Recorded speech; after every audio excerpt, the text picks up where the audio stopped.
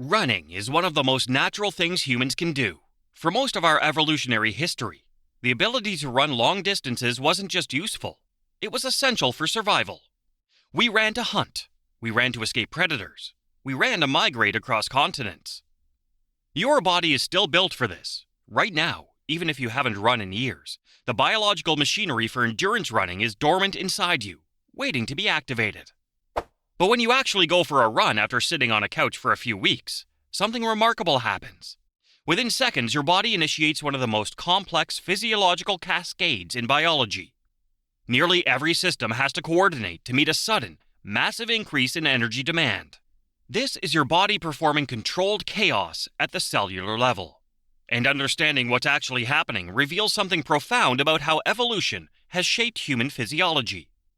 So let's explore the biology of running, from the first step to the moment you stop.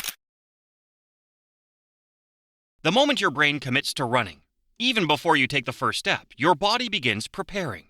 This is called the anticipatory response, and it's a fascinating example of your nervous system's predictive capabilities. Your sympathetic nervous system activates. This is your fight or flight system, the ancient survival mechanism that prepares your body for intense physical effort. Your adrenal glands release epinephrine and norepinephrine into your bloodstream. Your heart rate increases before you move a muscle. If you were resting at 70 beats per minute, you might jump to 90 or 100 just from the decision to run. Your heart is already pumping more blood per minute in anticipation. Your blood vessels begin redistributing blood flow. Vessels leading to your digestive system constrict. Vessels leading to your skeletal muscles dilate. Your body is deciding which systems are essential right now and which can wait. Your liver starts breaking down glycogen into glucose, releasing it into your bloodstream. Your muscles will need fuel immediately, and your body is making sure it's available. All of this happens in seconds, before you've taken a single step. You start running, and for the first few minutes, everything feels manageable. This is because your aerobic metabolism, your body's most efficient energy system, can handle the initial demand. Your muscles need ATP, adenosine triphosphate, to contract. ATP is the universal energy currency of cells. When you're running, your muscles are burning through ATP at an accelerated rate. Your cells produce ATP through aerobic respiration, a process that requires oxygen. Glucose and fat are broken down in your mitochondria using oxygen to produce ATP, carbon dioxide, and water.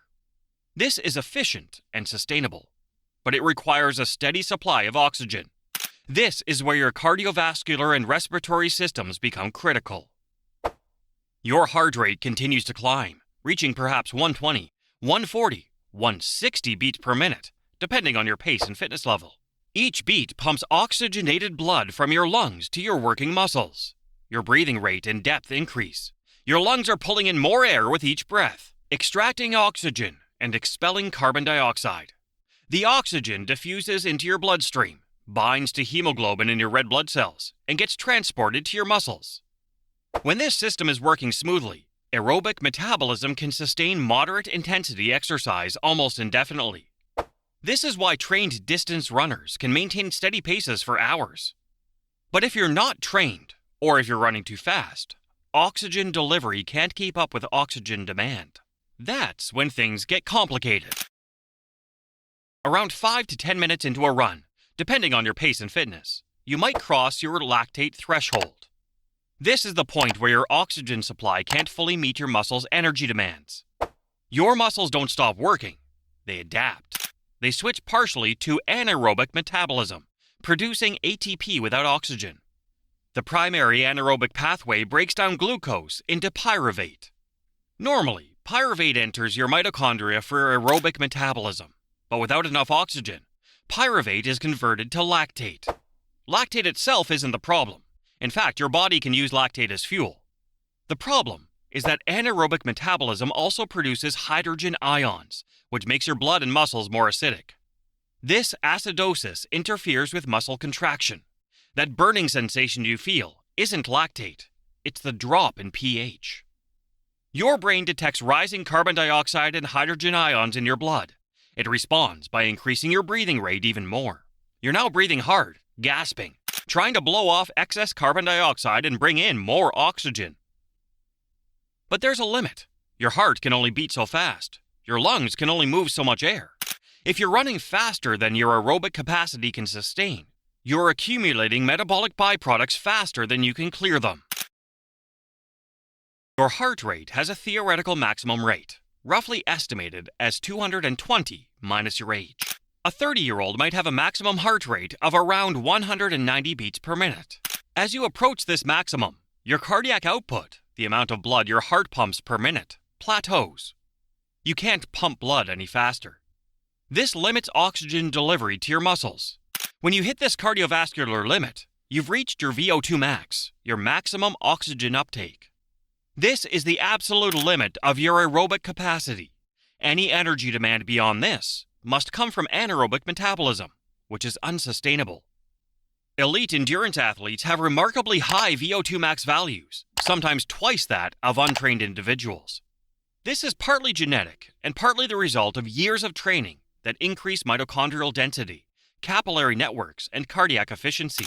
For an untrained person running at a pace that pushes them to their limit, the cardiovascular system is the bottleneck.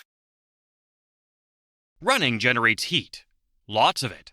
Your muscles are only about 25% efficient. For every 4 calories of energy your muscles burn, 3 become heat. If you're running hard, you might be producing heat at a rate of 800 to 1,000 watts. That's equivalent to a space heater running inside your body. Your body has to get rid of this heat, or your core temperature will rise to dangerous levels. This is where sweating becomes critical. Your sweat glands secrete water onto your skin. As the water evaporates, it absorbs heat, cooling you down. This is why humid conditions make running so much harder. When the air is already saturated with water, sweat can't evaporate efficiently. Sweating costs you water and electrolytes. If you're running for more than 30 minutes, especially in hot conditions, dehydration becomes a concern. Your blood volume decreases. Your heart has to work harder to pump less blood. Every time your foot hits the ground, your body absorbs an impact force equivalent to 2 to 3 times your body weight. If you weigh 70 kilograms, each step generates 140 to 210 kilograms of force. Your skeleton, muscles, tendons, and ligaments absorb this impact.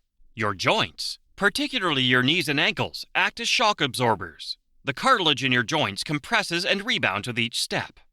This is stressful, but stress, in controlled amounts, is how your body adapts and gets stronger. When you run regularly, your bones respond to the mechanical stress by increasing bone density. Your tendons and ligaments become stronger and more elastic. Your muscles develop better endurance and coordination. But adaptation takes time. If you suddenly start running long distances without gradual progression, you are applying more stress than your tissues can adapt to. This leads to overuse injuries, stress fractures, tendinitis, cartilage damage. The key is progressive overload. Gradually increase distance and intensity, giving your body time to adapt. The moment you stop running, your body initiates recovery. Your heart rate begins dropping rapidly. Within the first minute, it might fall by 20 to 30 beats per minute. Within 5 minutes, you're approaching your normal resting rate. Your breathing slows.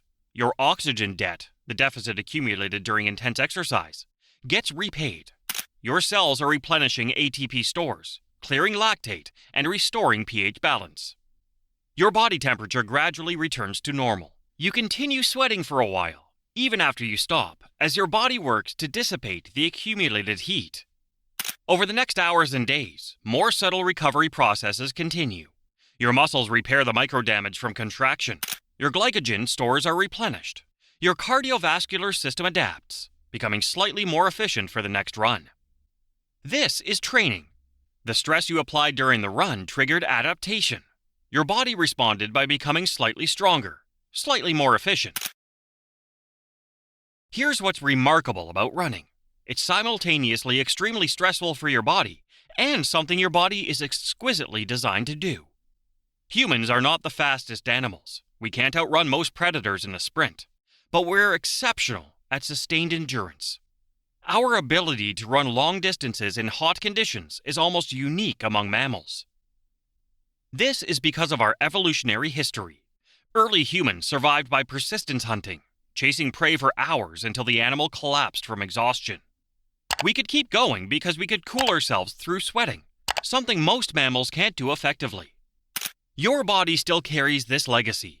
The physiological systems that allow you to run, your cardiovascular efficiency, your thermoregulation, your metabolic flexibility are the result of millions of years of evolution shaping humans into endurance specialists. So when you go for a run, you're not doing something unnatural. You're activating ancient biological machinery that made human survival possible. Your body might protest. It might hurt. But it's designed for this, and with consistent training, it gets remarkably good at it.